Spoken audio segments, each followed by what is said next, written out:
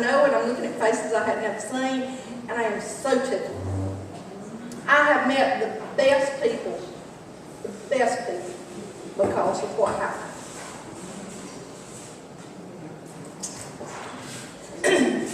Like Zondra said, my name is Becky Smith. I'm originally from Ryan. What I didn't tell you is that I have 5 cats. I'm 1 cat short of being the crazy cat lady. And my husband said that he's learned to eat while I talk because otherwise the man would starve to death. I've been told that 5 minutes after my heart stops, my mouth will quit moving. True. Miss Rose, I met Miss Rose a couple of months ago, and then she called and asked me a couple of weeks ago would I come speak. Sure. So yesterday I said, Miss Rose, who am I talking to? So I'll volunteer pretty quick. I want to tell you a little about my story about what I know about this stuff. And yesterday I sat down and made some notes about it. But when I was 5 years old, we had this visitor that came to live at our house. And he was really closely related to my mother. And he was so mean. And I was 5 years old and I didn't understand a lot of what was going on. He took up all of her attention. He made her sick. He made her cry. He made her hurt. It was like she got told to go there and do this, and it was just really tough on me at 5. But it stayed at the house and it never went away. And cancer came to live at that house. And my mom lived 33 more years. I was about 33 when she passed away. She lived to be 73 and the cancer was not why she died. We still had holidays and we still had school and we still had everything else, but that still lived at our house. I had a conversation with a girl after I got my diagnosis, and she made the statement, I talked to her yesterday and asked her, could I talk about it this way? But there was a lady that passed away last year, and she said, the girl that I was talking to, she said to me, she said, they still live with cancer, don't they? And I said, yeah. They sure do. Just as surely as it takes a chair at the table. Even after somebody's gone, somebody sees something on TV and wonders, would that have helped them? So yes, it moves in and it stays and it's mean. It doesn't have as much power over time as it does to begin with. But I've talked to some people about it, and I told them, I said, it's not all of who you are. There's a whole lot of you before this, and there's a whole lot of you after it. But right now, it's got all your attention. It demands your attention. But it ain't all you are. So that's kind of some of the things that I just wanted to talk about tonight. We grew up. My mom got to see her 2 girls grow up. She got to see us start our lives. She got to see us begin our professions. She got to meet her granddaughter and grandson. It didn't stop her from living. It didn't stop her from loving. It didn't stop her from having her life. It was just there.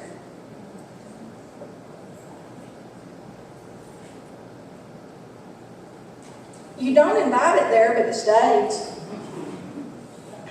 It's there to me when the pink commercials come on and when October rolls around.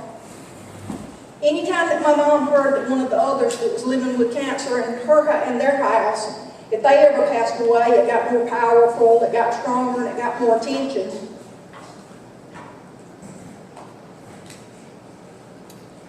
For years after Mom passed away, that house gas, that unwanted house gas, still hung around. Didn't have as much impact on me. But you know, I knew about it. I talked about doing the walks, and I talked about October, and I talked about things like that, and I remember. And when I'd see somebody at the hospital that had had surgery or something, you know, I'd think about my mom and think about what she'd gone through and how we had lived and stuff. So it didn't have as much impact on me, but it still was there. And when it moved in, it stayed. So at Becky, that visitor that was related to my mom came to live at our house, came to mine and Jerry's house. At the time, until they did some BRAC tests, I thought it was really closely related to my mom. And it was related enough that she had breast cancer and I did too, but it wasn't BRAC positive. So basically it was just driving down the street to pick my house. It wasn't because it had lived at my mama's and then come to mine, but it came.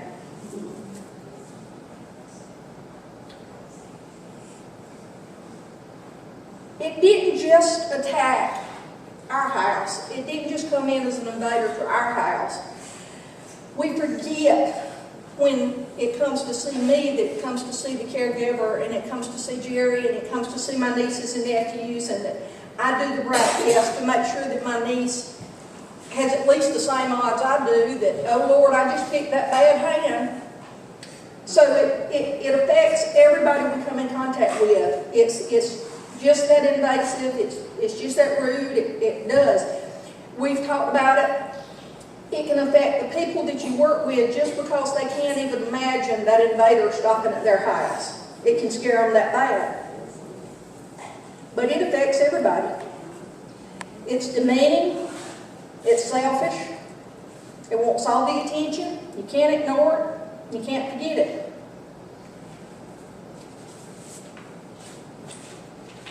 Wish my vision was better. It just picks a house, a person that moved in lock, stock, and tears. See, boy, after all those years of me thinking that it might move on by, I'd protected against it. I had done the mammograms, I'd done the self-exams, I'd had a benign biopsy, I'd had a stereotactic biopsy, and if anybody ever gets off with one of them, just say no. That wasn't fun.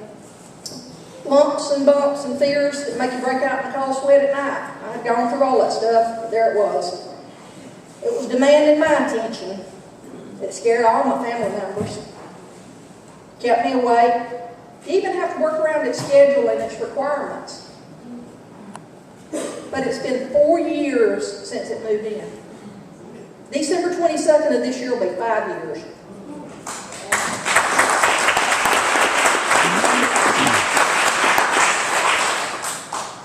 It's not as mean as it was. It doesn't take up all my time.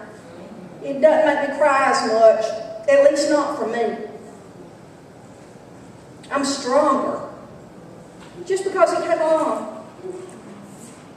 I sure didn't think that there'd be anything good that came out of this strange, harsh relationship. But I'm stronger. I got strength.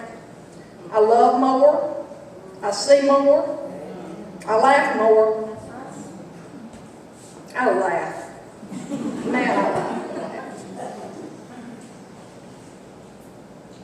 I think that tames some of the meanness of cancer. I think being able to laugh tames the meanness. It still sits at my table. It always will. And it can still scare my family and me, but it's made me meet some amazing people. Look across from you. Look beside you. I get to do this. Nobody much cared what I had to say before. They had to listen to me, they just didn't care.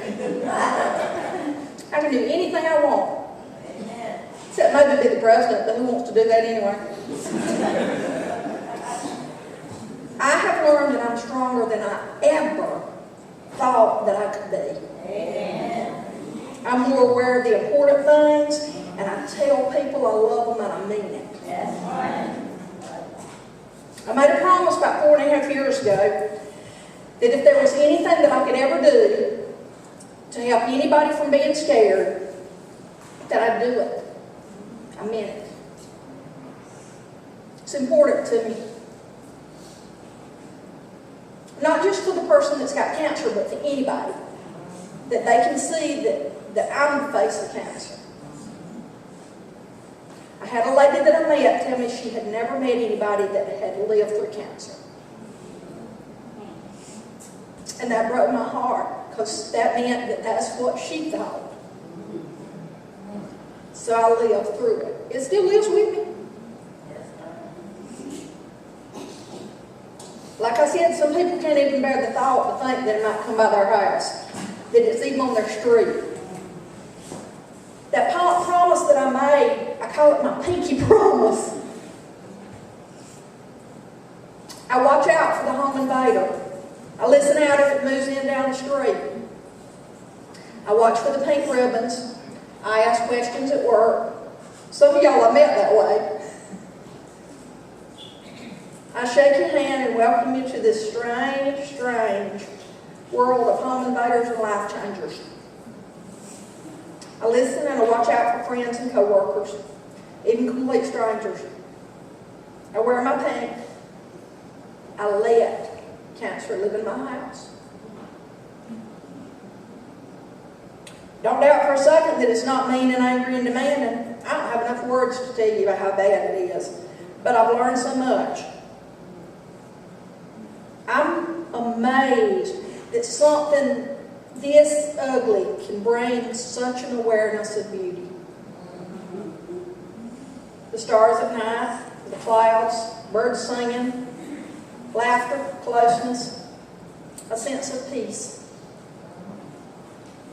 Life's brighter and crisper and sharper. It's just like I just bought a brand new 1080 plasma HD light with surround sound. I know it's strange to find the good in this housemaid, but there's good to be found. From the many prayers and people that reached out and touched me and loved me and lifted me and gave me strength, encouragement, and support. From all the love of my family, my friends, and from complete strangers. It takes such a strange beginning and then it changes course along the way. I got places to go, and I got people to meet, and I got pinky promises to keep. I still have the house guests, but we kind of made this strange peace amongst us. I let it live in my house. I found that I don't have to ignore it. I can coexist with it in my house. I've learned to be grateful for the gifts.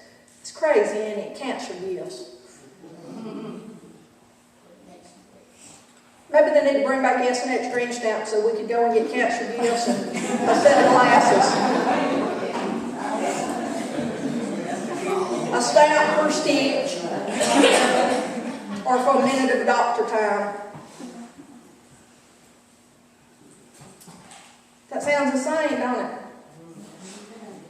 How insane does it sound though when somebody asks us if we're okay and we tell them yeah and they don't believe us? Yeah, I'm okay. I'm all right. You sure? Yeah, I'm sure. They don't believe it. We answer it as truthfully as we can, and we are okay. And we're going to be okay. We earn these gifts. What I lost? Some boobage. What I gained? Man, it's a long list. I gained friends, I gained strength, I gained peace, more love than I deserve. All sort of stuff. And that commercial is priceless. I can do this. I can talk to anybody. I know I'm okay and I'm going to be okay. I can do anything. I thank you for the opportunity and for me to be able to stand here and tell you this is what the face of cancer looks like. I love you. I mean it. I love you.